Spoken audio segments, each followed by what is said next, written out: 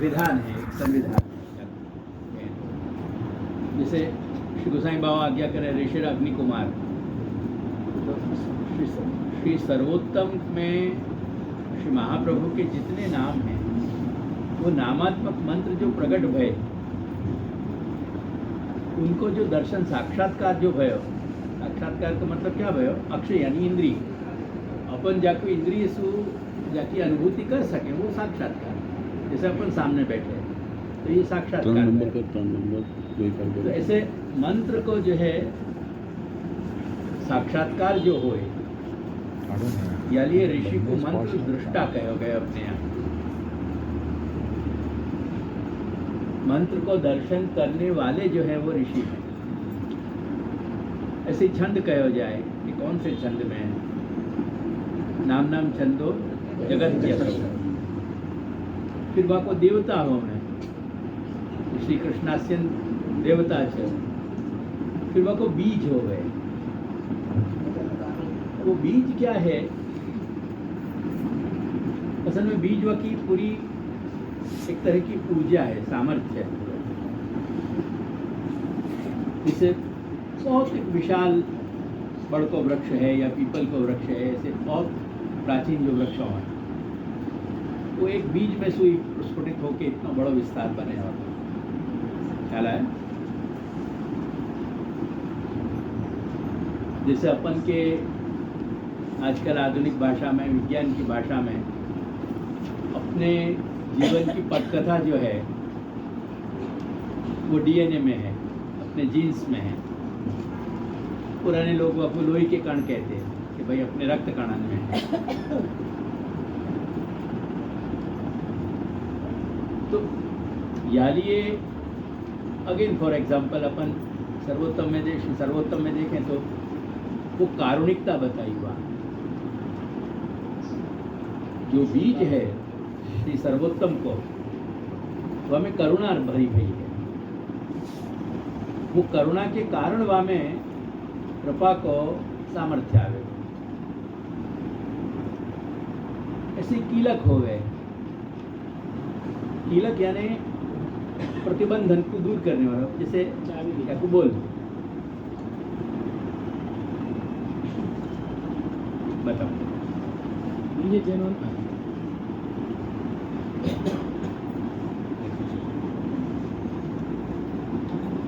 अवतारित भक्तांशः कीलकम परिकीर्तितम। ठीक है ना? यही स्टेटमेंट को अपन लास्ट में हमें मिलाएंगे। तो श्री महाप्रभु आज्ञा करें कि मैंने हरि के आवेश, मेरे अंतःकरण में हरि, श्री हरि विराजे हैं साक्षात, और मैंने ये प्रकट किया है करके या के जप सु या के पाठ सु भक्ति सिद्ध होगी, भगवान को की प्रियता वहाँ में आ जाएगी जीव में। एग्जैक्टली वही बात यहाँ भक्तांश कह रहे हैं कि या को कीलक जो है भक्तांश, भक्त बनने को जो सामर्थ्य, भक्त हो जाने को जो सामर्थ्य, वहाँ में जो भी प्रतिबंधकताएं हैं उन सबन को अवरोध कर दे, उनको अटका दे। जैसे ब्रह्म संबंध है, ब्रह्म संबंध से जितने भी हमारे दोष हैं पांचों प्रकार के, जो अनेक प्रकार के दोषन को अपन ने 5 वर्गीकरण में श्री महाप्रभु ने वहाँ बताया, तो वो दोष सहसा दूर हो रहे थी, वो महत्व का प्रश्न नहीं है, लेकिन वो दोष प्रतिबंधक नहीं बनेंगे अपने भक्ति मार्ग में। अगर हमने ब्रह्म संबंध को, दीक्षा को देने वाले में यदि वो सामर्थ्य विद्यमान है और स्वीकार करने वाले में वाके प्रति जो कमिटमेंट है, वाके प्रति जो एक हमारी निष्ठा है, जो स्थिर है एकदम, और वाके अनुरूप यदि हमारा आचरण है, वाके अनुरूप हमारे जो यदि विचार हैं, तो दोष कहीं हमको बाधक नहीं बनेंगे, हमारे न तो भक्ति मार्ग को कहीं अटकाएंगे और ऐसा ही जो शरण मार्ग को भी एक आत्मनिवेदन है, बोध रूप, वो भी कहीं बाधक नहीं बने। तो ये सारे क्रमशः वो चीज़ें हमें यहाँ भी मंत्र रूपता प्रकट हो रही है। तो मंत्र के दृष्टा कौन है, ऋषि कौन है, छंद क्या है, बीज क्या है, वह को विनियोग कहाँ है। जैसे विनियोग भक्ति योगे प्रतिबंध विनाश। तो भक्ति योग में यानी भक्ति को जो भक्ति हमको भक्ति प्रभु से जोड़ रही है, वो भक्ति योग शब्द व अर्थ में अपन को भगवान से जोड़ने वालों जो सामर्थ्य है, वहाँ में कहीं भी जो प्रतिबंधक आ रहे हैं विनाश हो गए। तो ये सभी वेद की परंपरा के जो आधारभूत जो अपने यहाँ विचार हैं वाणी के, अलौकिक वाणी के, उनमें ये कीलक है। कीलक यानी कोई वस्तु को दमन करना या दूर कर देना। स्पेसिफिक ચાવી ના હાથમાં રહી આપણે તો તાળાની કંઈક રેફરન્સ કે એટલે એ રીતે હું કંઈક પૂછ્યું હોય એમાં શું કંઈક કહેવા માંગે છે? नहीं, वो अर्थ में नहीं है ये। इनने ऐसा अर्थ किया है नहीं, इसने चावी लिखा है, कीलक मतलब चावी, यानी ने ऐसा एक मिनट में दिखाई क्यों ऐसा हुआ।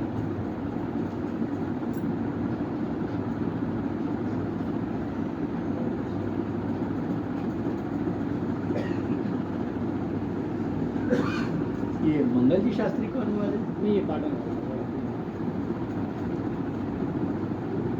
के मंगल जी को ही है शास्त्री जी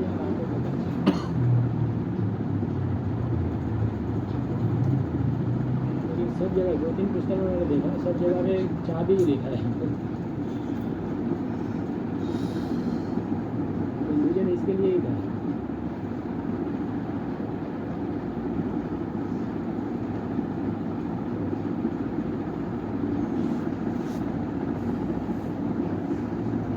अर्थ में लेने में कोई तकलीफ दिक्कत नहीं है अपन, क्योंकि वो भी एक तरह को प्रतिबंधकता को दूर ही कर रहे हैं। चावी भी प्रतिबंधकता को दूरी तो करे ना, नहीं तो वो ताला लगा रहेगा। तो अर्थ में घटन कर सके।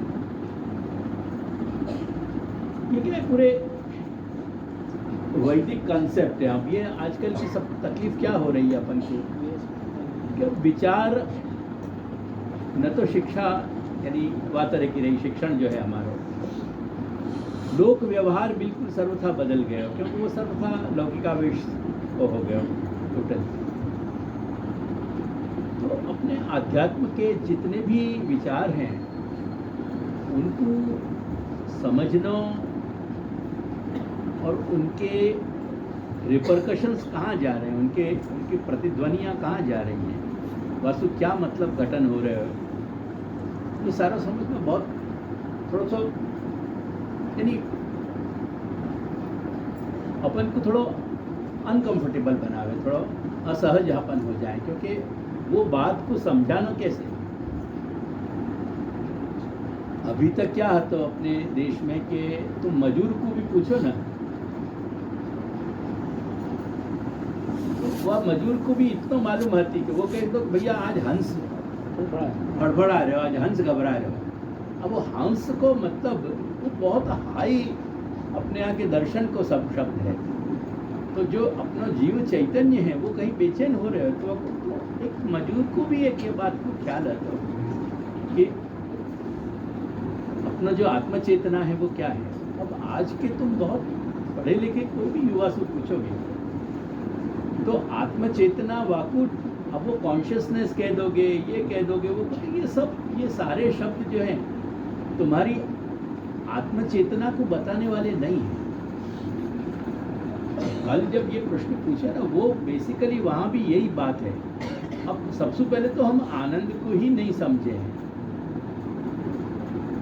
याके लिए मैंने प्रमेय रत्नाकरम बहुत वर्षों से मैंने ये प्रयास किया, ऑलमोस्ट यह बात को आज 40-45 वर्ष में मैं हमेशा यही समझाता रहा कि तुम अपन प्रमेय रत्नार्णव पे क्यों मेरो भार है कि मौलिक जो वाक्य मूलभूत विचार आधारभूत जो विचार हैं કે પાયાના વિચારો જો આપણા ખ્યાલમાં નહીં આવે તો આગળની કોઈ ભૂમિકા જ બિલકુલ આપણા માટે સ્પષ્ટ નહીં થાય. ये तो आखिर तकलीफ થઈ रही है. तो अब जब आनंद को नहीं समझ सके अपन तो आनंद के साथ जुड़ो भयो जो है स्वरूपानंद कैसे अपन वह को ख्याल में लेंगे, ब्रह्मानंद को कैसे ख्याल में लेंगे, भजनानंद को कैसे ख्याल लेंगे. एक तरह की ऐसे सवालन में एक समस्या बन जाए कि वह अब मानो को प्रश्न पूछने वाले में कहीं कोई इतनी क्षमता है कि समझ जाए तो बहुत सारे समूह में जो लोग बैठे हैं उनके ऊपर से सारा चला जाएगा. तो बेसिकली इन अभी भी मैं यही मानूं कि आधारभूत, क्योंकि प्रमेय रत्नार्णव के जो अध्याय हैं बहुत छोटे हैं. अब सबसे पहले हमने कौन सा अध्याय किया, प्रपंच को, कि भाई हमारी यानी वेद शास्त्रन की दृष्टि से ये आखो जगत क्या है. अब आज के जो आधुनिक मानस है मस्तिष्क के वो को ये समझाना यानी कहाँ फिजिकलिटीज ख़त्म हो रही है, कहाँ फिजिकल जो पूरा हमारा कॉन्सेप्ट है वो कहाँ ख़त्म हो रहे हो और कहाँ वाके बाद मेटाफिजिकल जो है यानी मेटा यानी बाद में बियॉन्ड, जहाँ भौतिकता पूरी हो गई, एक लक्ष्मण रेखा आ गई, वह भौतिकता के परे आगे क्या है. तो ये या तो क्या हो कि बहुत हाईली एजुकेटेड हो, इन द सेंस क्या भाई मेरे कहने को कि जाको आज की करंट जो या वक्त फेज चल रहे हो विज्ञान में, अभी भी वहाँ निर्धार तो कुछ कर ही नहीं सके हैं. अभी प्रोटॉन्स पे एक बड़ी खूबसूरत थियोरी आई है. वो प्रोटॉन्स में एक बार उन प्रोटॉन्स की यदि सिचुएशन पैरेलल क्रिएट हो जा रही है, वाके बाद अगर हजारन किलोमीटर को भी डिफरेंसेस आ गए हो तो वो फ्रीक्वेंसी जो है ना वाके अंदर, मेरी बात समझने को प्रयास करियो. मेरी तकलीफ है कि मैं बहुत सारे जो उम्र वाले मानस हैं उनको मैं नहीं कह पाऊंगा ये. अब वो फ्रीक्वेंसी है, वो फ्रीक्वेंसी स्थिर हो गई. अब फ्रीक्वेंसी स्थिर हो जाने के कारण क्या है तो ऊर्जा को जो सारो एनर्जी को जो सारो थॉट है पूरा जो आधार है वो क्रिएट हो गया. मेरे कोई फिजिक्स पढ़ने को कोई शौक नहीं है तो मेरे यानी ये पढ़नी पड़ी, समझनी पड़ी. वही अपन के टाइम और स्पेस को जो सर पे चले तो ये बात मैंने समझाई थी. यानी मेरे समझना पड़े वो कि तुम ब्रह्मवाद को कैसे समझाओगे. अगर मॉडर्न माइंड है, अगर आधुनिक मानस है वो कैसे तुम पाओगे.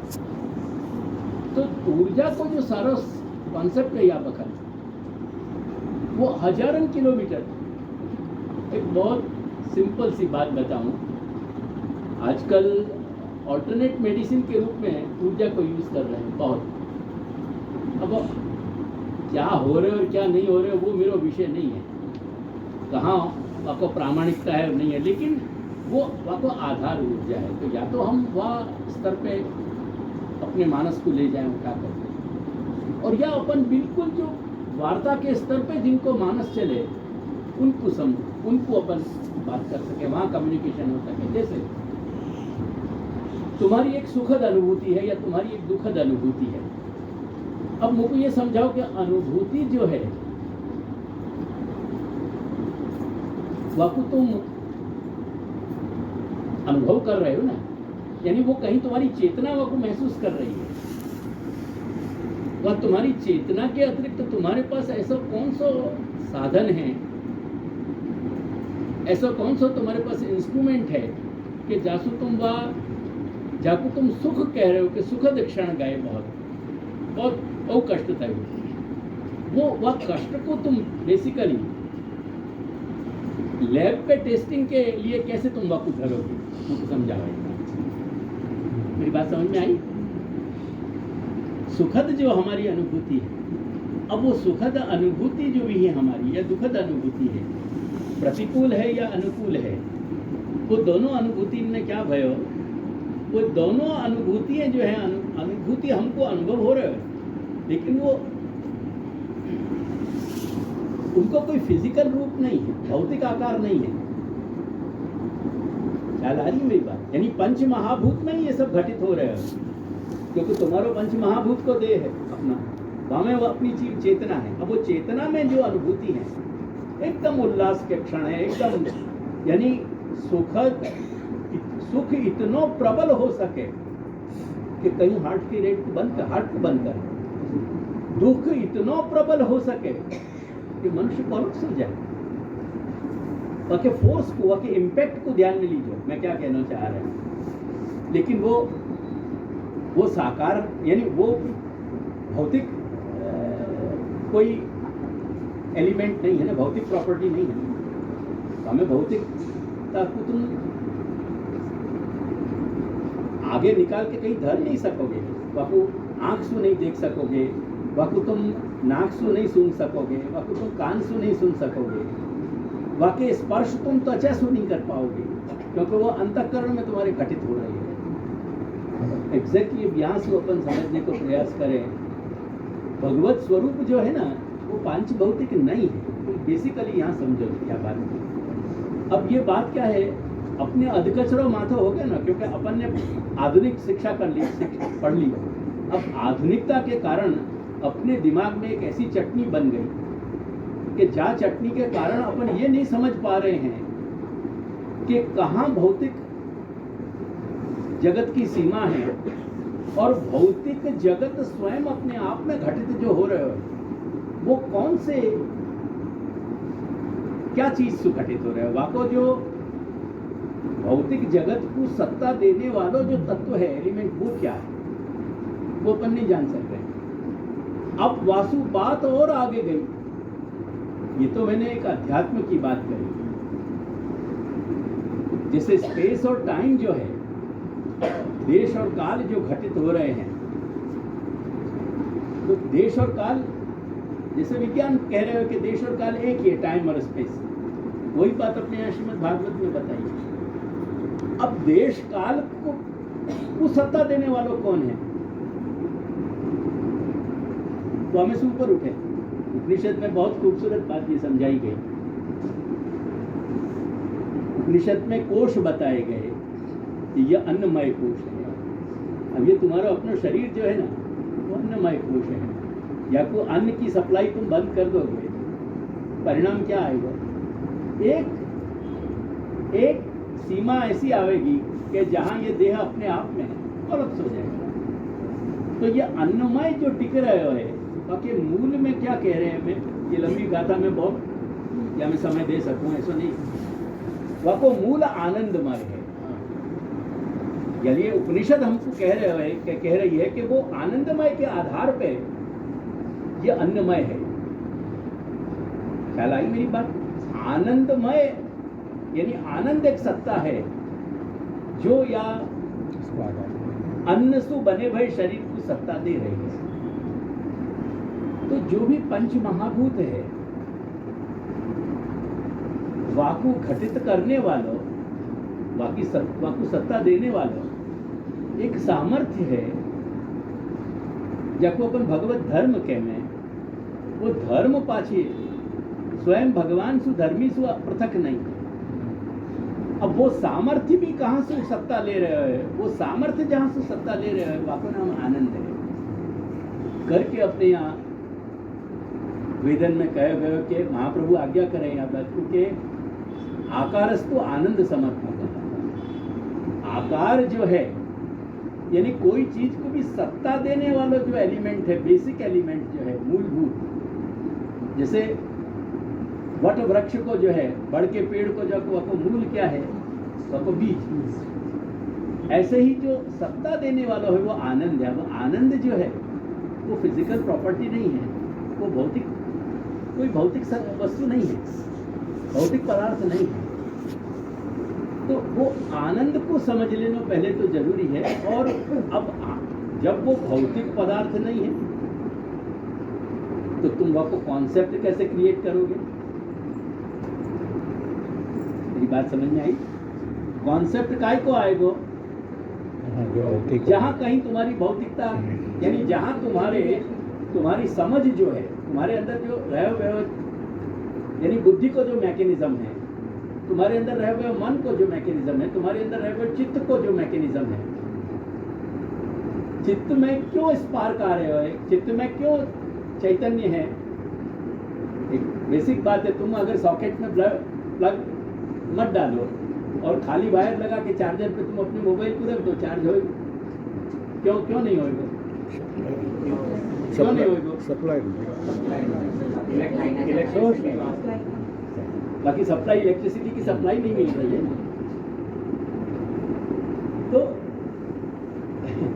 ये सारे ऐसे प्रश्न हैं कि जिनको पहले मौलिक रूप से अपन को समझ लेना जरूरी है। तो अब जैसे बिजली जो है वो अपने आप में एक ऊर्जा है, वो ऊर्जा तुमको ठंडक भी दे रही है, वो ऊर्जा तुमको गर्मी भी दे रही है, वो ऊर्जा अनेक प्रकार के काम कर रही है। तो आनंद जो है वो फिजिकल प्रॉपर्टी नहीं है। अब जो मैं कहना चाह रहा था कि वाकई तुम विचारोगे कैसे, वो विचार में तो आने वाली चीज है नहीं। अब वो क्योंकि तुम्हारा जो कुछ भी चेतना महसूस हो रही है तुमको चित्त के कारण हो रही है। तुम्हारे आत्म चैतन्य को तो तुम्हारे डायरेक्ट कोई तुम्हारे पास वाको कोई मैकेनिज्म ही नहीं है कि जब तुम डायरेक्ट अपनी चेतना को तुम स्पर्श कर सको, पकड़ सको, समझ सको। मात्र केवल क्या है, कहीं ना कहीं तुमको अपनी अनुभूति के जगत पे टिकना होना चाहिए। वो प्लग इन हो रहे हो, जो चित्त है तुम्हारा वो चेतना से प्लग इन हो रहे हो। जैसे अगर प्लग नहीं लग रहे हो है तुम सॉकेट में, तो तुम्हारा मोबाइल चार्ज नहीं होएगा। अगर चेतना से हम दिन हम चेतना शरीर को छोड़ के चली गई, वादिन चित्त क्या करेगा? क्या तुम्हारे अंदर विचार उत्पन्न करेगा? वादिन बुद्धि तुम्हारी सदासत को कहीं प्रभेद कर पावेगी, समझ पावेगी कि क्या अच्छे और क्या बुरा है?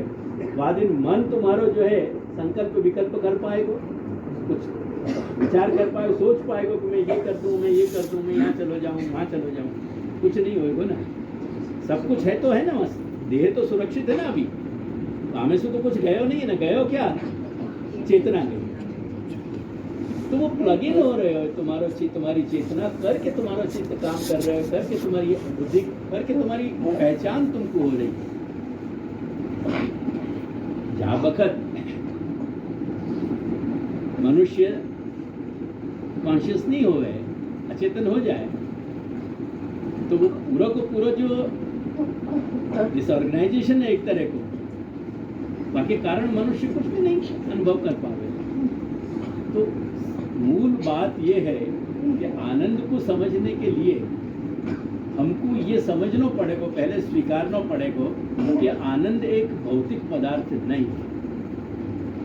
अब पाछे धातु के ठाकुर जी विराज रहे हैं, या काष्ठ के स्वरूप विराज रहे हैं, या चित्र हस्तकला के स्वरूप विराज रहे हैं, सेवा तो अपन को वही पधराई गई है ना। स्वरूप में यानी अपने यहाँ भाव प्रतिष्ठा कही गई। अब भाव प्रतिष्ठा के माध्यम से जब अगर वो भाव प्रतिष्ठा पूरी हो जाए, अपन गुरु सुकरा में वो भाव प्रतिष्ठा के तत्क्षण, वही क्षण, नेक्स्ट मोमेंट पे श्री गोसाई बाबा अपन को ये समझावे कि साक्षात गोकुलेश हो। या पहले ये अपनी दृढ़ता को लाभ पहले। बेसिकली क्या हो रहा है देखो, पर पुराने लोगों को तकलीफ नहीं होती थी, दिक्कत नहीं होती थी, गुरु को स्पर्श भी हो जाता था ना, तो भी वो कहते कि स्पर्श होने में और पुष्ट होने में कहीं कोई अंतर नहीं है। यहाँ आतरसुंबा वाले नवनीत भाई बहुत छोटे होते में, बाबा तो वो सेवा भी नहीं करते थे, पद्मा बेन थे। बहुत छोटेपन में उनके यहाँ जो हस्त कला को, चित्र को, एक जो स्वरूप विराजता था वो सहसा मैंने हाथ में ले लिया। मैं समझे मेरी 7 वर्ष की 8 वर्ष की अवस्था हुई, मैंने हाथ में से वहाँ रखो एंड दैट नेक्स्ट मोमेंट उनने वो सेवा पधरा दी।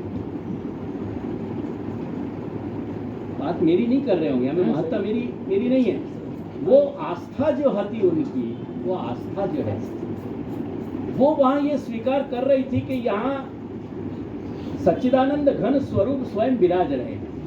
यही बात श्री महाप्रभु आज्ञा करें कि भाव प्रतिष्ठा हो जाने के बाद मूर्ति में जहाँ हाथ है वहाँ श्रीहस्त है, जहाँ उंगली है वहाँ उंगली है, जहाँ ग्रीवा है वहाँ ग्रीवा है, जहाँ मुखारबिंद है वहाँ मुखारबिंद है।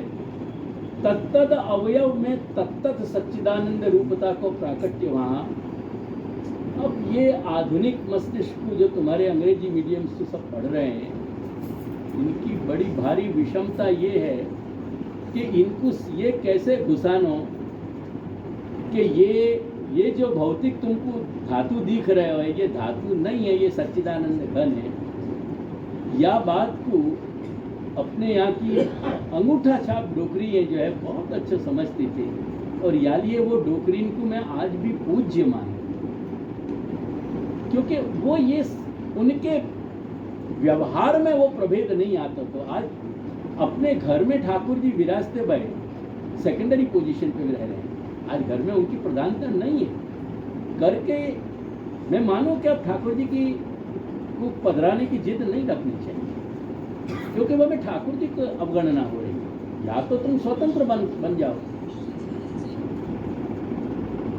या तो तुम स्वतंत्र बनो, और स्वतंत्र नहीं बन सको तो तुम ठाकुर जी को सेकेंडरी ट्रीटमेंट कैसे दे पाते रहे हो।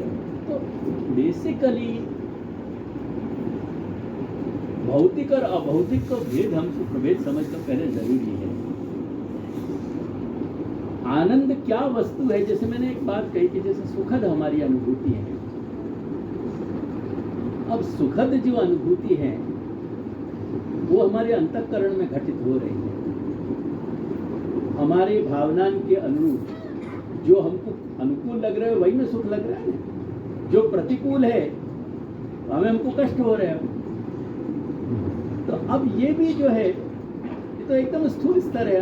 अब यह स्थूल स्तर से अपन ऊपर कैसे उठें, पहले ये भेद समझना जरूरी है, तब हम आनंद को समझ पाएंगे। मैं आज ही पूरी चर्चा को लेकर नहीं बैठे हूँ, तब हम आनंद को समझ पाएंगे। या के लिए कुछ एक पंक्ति जो है ना वेणुगीत में श्री महाप्रभु ने बहुत ही सूक्ष्मता से यह समझाया है। तो आनंद जब हमारे समझ में आवे कि आनंद जो है वो आह्लाद को कौन सा रूप है, मैं दोनों ही पर्यायवाची हैं, समानार्थक हैं, पर ख्याल में लेवा माटे हूँ ये बात कही रहे છું કેમ કે આનંદમાં જે આહ્લાદ અનુભૂતિ છે, જે આહ્લાદ રહેલો છે, આનંદ અને આહ્લાદ બંને એક જ વસ્તુ છે, છતાં સમજવા માટે ક્યાંક આપણને શબ્દની પરિભાષાઓ આપણને ઘડવી પડે। એટલે જે આહ્લાદ છે, હવે એ આહ્લાદ માત્ર એક સિમ્પલ વાત ફરી સમજો કે તમને સુખાનુભૂતિ થઈ, इज इट नेसेसरी के रिपल को भी हो रही है, इज इट नेसेसरी के भरत भाई को भी हो रही है, नहीं है ना। तो कितनी सीमा आ गई होती, तुम्हारे सुख की सीमा कितनी आई करके अपन को आनंद को असीम कहना पड़े कि वाह आनंद की कोई सीमा नहीं है। वह को न तो देश कहीं स्पेस जो वह को रिस्ट्रेन कर रही है, वह को रोक रही है, न वह को समय जो है कहीं रिस्ट्रेन कर रहे हो, क्योंकि देश और काल, टाइम और स्पेस जो है स्वयं आनंद के प्रोडक्ट है, आनंद वह को प्रोडक्ट नहीं है। तो अपने मानस को थोड़ा कसरत करा के अगेन मैं कहूं कि जो डोसी माएँ हती ना, बिलीव में उनको जरूरत नहीं पड़ती थी, उनको ये सारी चीज समझाने मैकेनिज्म की समझ नहीं करनी पड़ती थी। करके अपने वार्ता में ऐसे अद्भुत उदाहरण आवे, वो डोकरी को लगे कि ठाकुर जी को ठंड लगने के कारण श्रीअंग बहुत सिकुड़ गए Thakur ji. What is this. एक बात विचार करो, ये बहुत यानी एक अद्भुत अभिव्यक्ति है, एक अद्भुत घटना है। वो अनुभूति की वो पराकाष्ठा है कि जहां सच्चिदानंद घन को अपना शरीर जो है श्रीअंग वो समेट लेना पड़े। अब वो केवल आनंदात्मक वपु है, वो अस्मदादि जैसा भौतिक शरीर तो है ही नहीं, क्योंकि आनंद पदार्थ जो है भौतिक नहीं है। वो सच्चिदानंद में जो सत को स्वरूप है, वो सत और चित स्वयं ही जब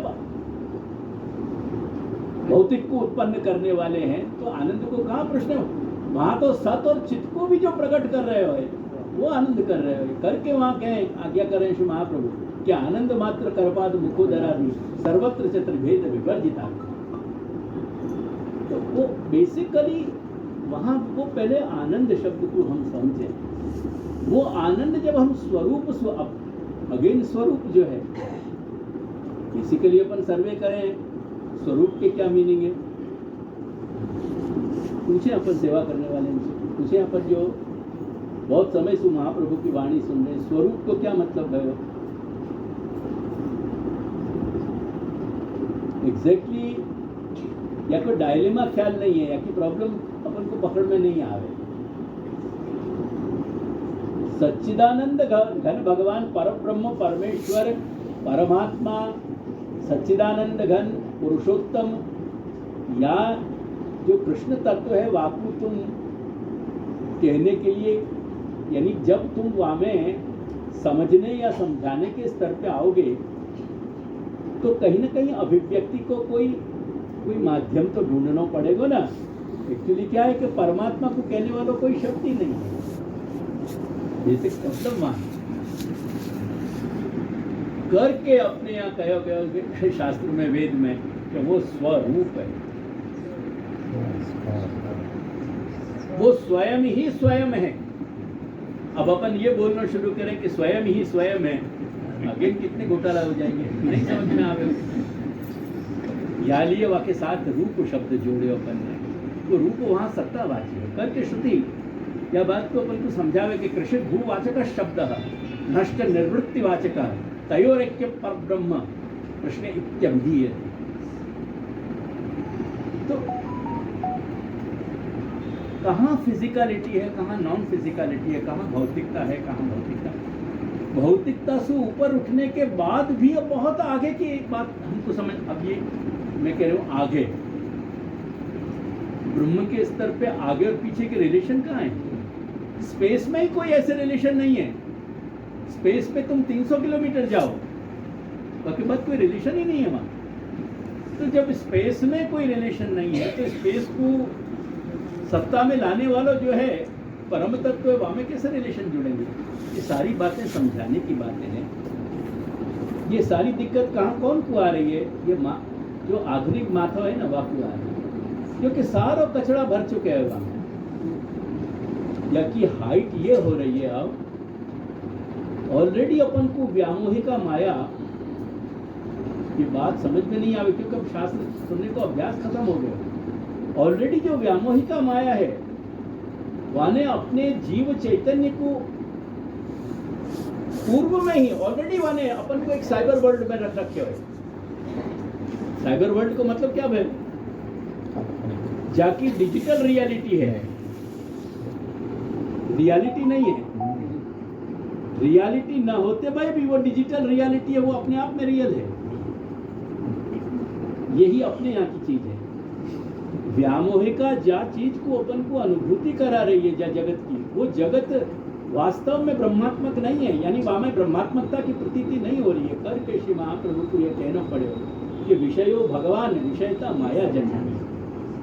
ये विषय भगवान है, ये जितना जो कुछ है अस्तित्व है, जाके लिए अपन है कह रहे जे छे, खाली छे कहो, जे छे એ ભગવાન છે, એની જે અનુભૂતિ જે રીતે થઈ રહી છે આપણને, ત્યાં ઘોટાળો છે। હવે ઓલરેડી એમાં ઘોટાળો, ઓલરેડી એક સાયબર વર્લ્ડ આવી ગયો, એમાં સાયબર વર્લ્ડ ઉપર આપણે એક સ્ક્વેર મૂકી દીધું બીજગણિત પર। अपन ने डबल वक्त साइबर वर्ल्ड में ले गए। एक तो ऑलरेडी रियलिटी अपने से कहीं अपनी समझ के बाहर है, अपनी अनुभूति के बाहर है। आज अपन ये पूरा को पूरा ये बखड़ जंतर डिजिटल वर्ल्ड को जो है, ये सारा जो सुविधा को नेट कह रहे हैं, अवकाश में एक और अवकाश खड़ा किया ना तुमने। एक खूबसूरती देखो तुम, अपन विचारे नहीं है, यानी एक शून्य सत्ता में अपन ने एक और शून्य सत्ता से शुरू कर। अपनी शून्य सत्ता में से जो सर्जन है, वह सर्जन को अपन स्वीकारने तैयार नहीं है, लेकिन स्पेस को जो नेट को जो सर्जन है वह को अपन स्वीकार करने तैयार है। ये ट्रेजिडी की हाइट हो रही है। अब यहाँ मेरे जैसे की स्थिति तो ऐसा हो गई कि यहाँ मैं अजनबी हूँ, कौन को क्या बताना, कौन के साथ क्या बात कहनी। आस्था के आधार हिल चुके हमारे, वहाँ तो भूकंप आ गया। अब जो सारी चीज बौद्धिक स्तर पे हम समझना चाह रहे हैं, वह को कैसे समझाएंगे। तो बात वहां से शुरू, ये जो अभी 5 कोश जो अपने यहाँ बताए गए, अन्नमय कोश सबसे स्थूल है, आनंदमय कोश सबसे पीछे है, बाकी ऊपर विज्ञानमय कोश है। तो ये जो कोशन की व्यवस्था है, ये अपन को बताया जा रहा है कि ये जो भी आकार जो कुछ भी घटित हो रहे हैं और जो अस्तित्व में आ रहे हैं, वह को मूल जो है आनंद है। अब वो आनंद की सत्ता समझने के लिए अपने पास क्या शब्द आए, आह्लाद आए, कि जहां आह्लाद जो है वह में और अन्य कोई अनुभूति मिश्रित नहीं है। अब बाकी क्या है, अपन आंख बीच के माथा अपन हिलाते जाएं और अपन कहें कि बहुत सुखद अनुभूति हो रही है। अगेन वो सारी चीजें वहां स्थूलता पे आ गई। अगेन वो समस्या अपनी यहाँ जो है सो इन बड़े बूढ़े इनको नहीं होती। उनको ये नहीं भेद होता, तो वो जो रियलिटी जो उनको कह दी नहीं जाती कि ये ठाकुर जी हैं, अब तो वो ठाकुर जी हैं। वो उनको जब ये कह दिया गया कि भाई झारी में जो जल आ गए अपने यहाँ, उसी यमुना जल बन गया, यमुना जल बन गया, वहाँ कोई यानी फ्रिक्शन ही नहीं है, तो वो घर्षण हतो ही नहीं कि भाई ये नल में से आया हुआ पानी जो है यहाँ गंगा यमुना जल कैसे बन गया। अब वाकई तो बाकी केमिस्ट्री जो है सो आपको, अब बाकी टेस्टिंग तो H2O ही आएगी ना। वो यमुना जल को भी करा दिया जाए तो भी H2O आएगी, या की भी H2O आएगी। अब करना क्या आपने, एक व्यवहार में बड़ी मजेदार घटना हो रही है। अब कोई ये नहीं कहे कि ये चना है और ये चावल है, ये कार्ब्स हैं और ये प्रोटीन्स हैं, ये जो है मिलेट्स हैं। अरे भैया, बाप दादे ने मिलेट शब्द हम समझो नहीं का माथे से ठोके वाकू। अरे अपनी भाषा तो यार बोलो तो सही कि ये दाल है और ये कठोर है और ये चावल है। जाकू का वाकू बस कार्ब्स बहु ना आवा जो ये तुम्हारे, अरे क्या कार्ब्स नहीं आने चाहिए। मनुष्य एक नई मित अभी सबन को, क्योंकि व्यापार मल्टी मिलियन इंडस्ट्री यहाँ पे तुम्हारे अंदर एक भ्रांति डाल दी कि गेहूं मत खाइयो। अरे बाप दादे हजारों वर्ष तो गेहूं खा के जी गए और मर गए। अब कहाँ ये प्रश्न है कि गेहूं नहीं खाने, पर वो गेहूं को तुम्हारे अंदर डर दिला करके एक उनने अपना जो प्रोडक्ट दिया, वो प्रोडक्ट को जो है उनने पॉपुलर कर दी। अरे तुम्हारा देह इंद्रिय सब अगर सहजता से चल रहे हैं, ये तुमने जो 120 के और जो सो ये 80 के और या के 120 के और ये जो स्टैंडर्ड ले आए, कहाँ से ले आए? ये शुगर के स्टैंडर्ड लाए कहाँ से ले आए? वो उन देशन की जलवायु अलग है, उन देशन को सर्वक्रम अलग है, पर वो प्रोडक्ट, वो बात हर चीज पैकेजिंग है। अब धर्म पैकेजिंग बहुत बहुत बड़े स्तर पे हो रहे हैं और वैष्णवन को मजा है वहाँ में। यहाँ जो मेरे जैसे को जमघट हो तो एक आध 2 दिन सुन लोगे मकुर, तीसरे दिन तुम्हारा मन नहीं लगेगा यहाँ, क्योंकि नाच गान चाहिए,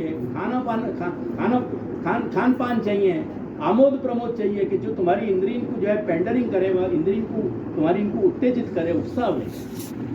जब वो तुमको सारा मसाला यहाँ नहीं मिलेगा तो देवकी नंदन ऑलरेडी आउटडेटेड है। ख्याल आया कि प्रश्न वहां सारे खड़े हो रहे हैं। ये करके हमारे पूर्वजन को ये समस्या कभी नहीं आई। वो अपना सारा जीवन जी गए, और अगर शास्त्र सत्य हैं तो मैं अपने रक्त से लिख के देने को तैयार हूँ कि उनकी गति भगवत चरणारविंद के अतिरिक्त और कहीं नहीं,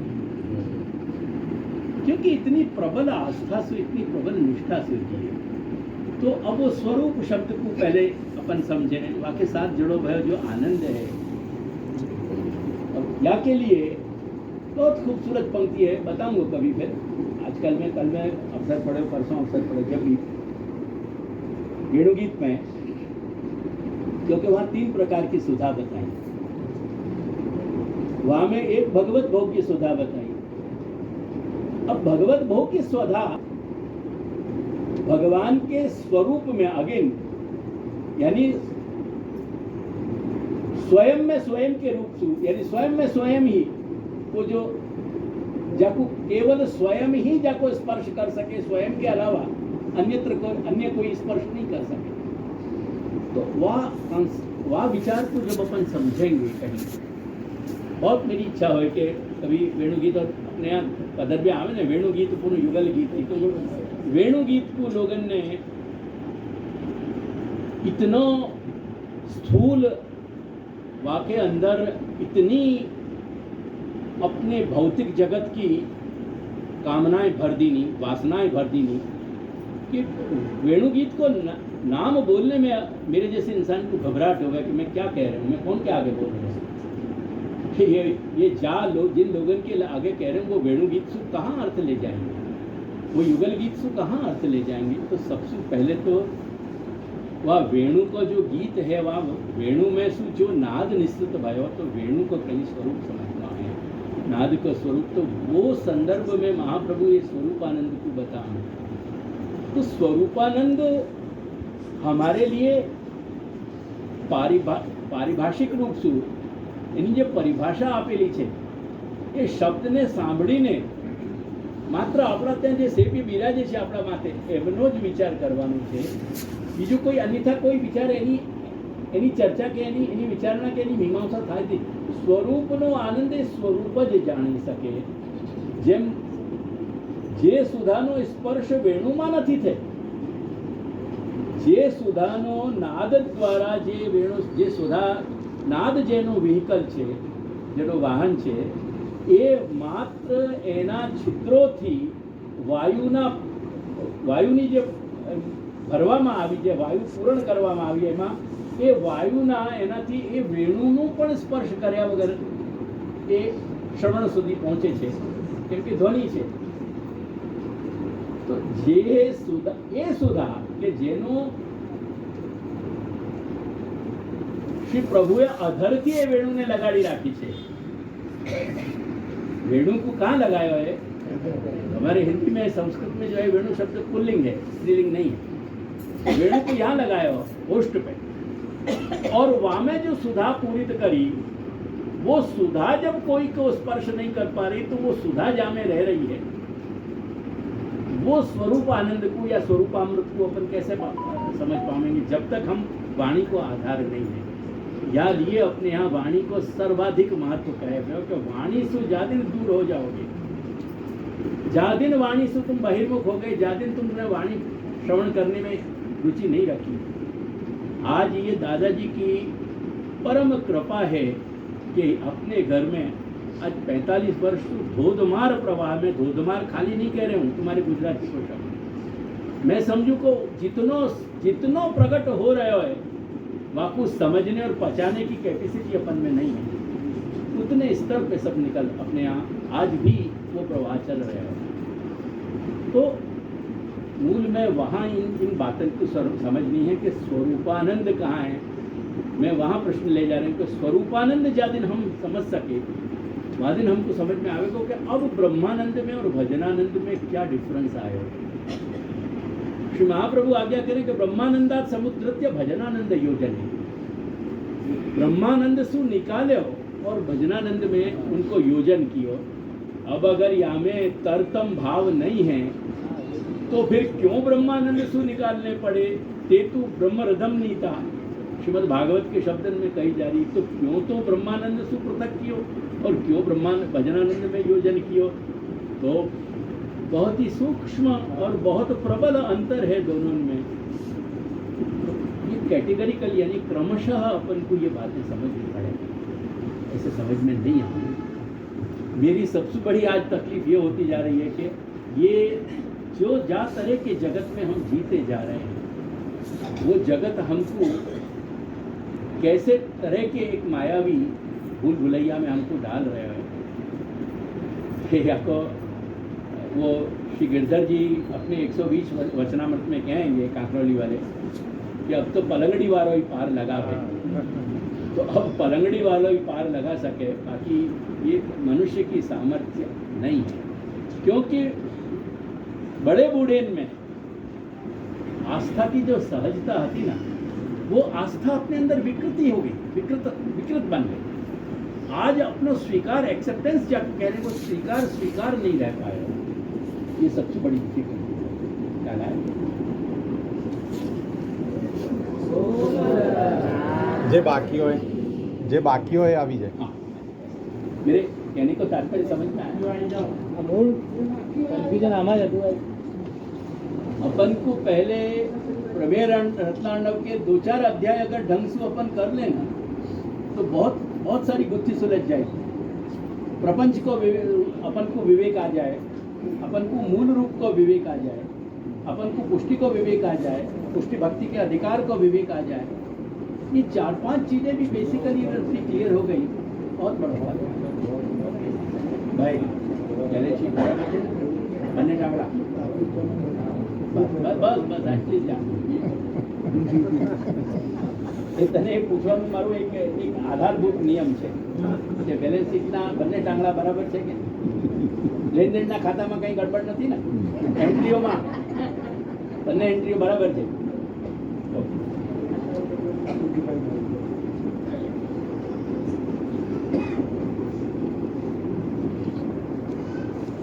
એ તારો મારો પ્રત્યે પ્રેમ કે મારી કૃપાથી એન્ટ્રીઓ બરાબર છે.